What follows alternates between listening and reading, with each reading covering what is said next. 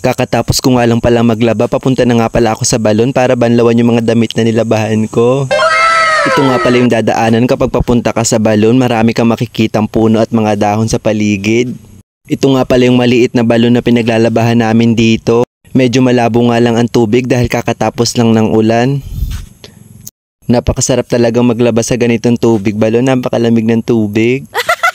Habang ako nga pala ay naglalaban, nakakita ako ng shells na gumagapang. Ano kayang tawag dito guys? Comment nga kayo, ang cute ng tignan. Nalimutan ko na nga pala ang tawag dito pero parang ito yung nilalagay sa gulay. Dami.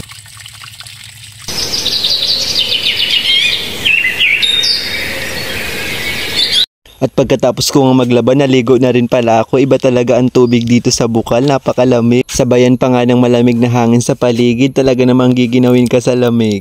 Sa taas nga pala ng balon na ito, dito din kami kumukuha ng gabi, ang tawag nito sa amin, pero yung iba ang tawag laing. Napakasarap nga pala nitong gulayin, ito ang specialty dito sa Bicol, ang ginataang laing. At ayun na nga, ang dami kong chika. Inabot na pala ako ng ilang oras dito sa paglalaba. Ayun lang, salamat sa panunood. Thanks for watching. Bye-bye.